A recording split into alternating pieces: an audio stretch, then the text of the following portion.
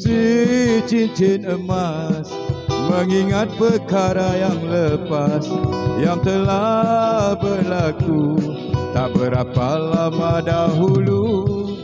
Cincin emas ku berikan padanya, diletak di tapak tangan, ku pakai di jariku untuk kenanganku.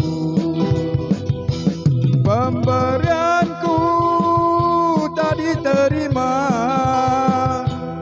ku tanya mengapa. Dengan perlahan dia berkata, dia sudah ada yang punya.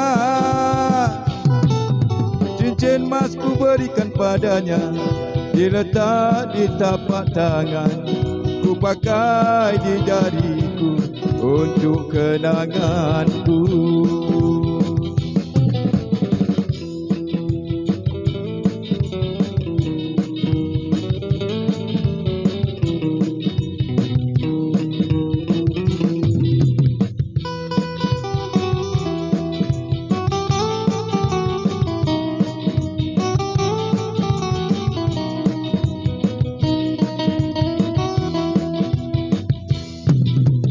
Pemberianku tak diterima,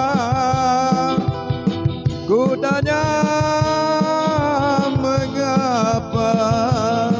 Dengan perlahan dia berkata, dia sudah ada yang punya. Cincin emas diberikan padanya, diletak di tapak tangan, ku pakai di jariku untuk kenanganku.